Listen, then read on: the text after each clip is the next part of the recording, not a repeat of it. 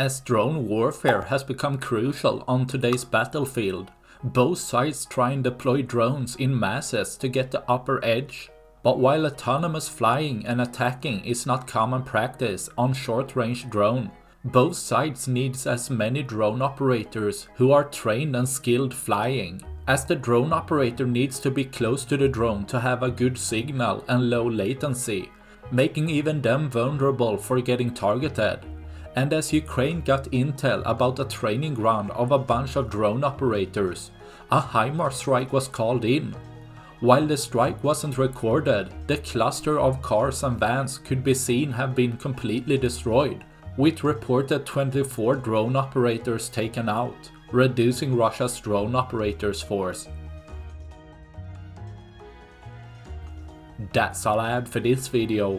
Please like and subscribe for more. Thanks for watching. Bye.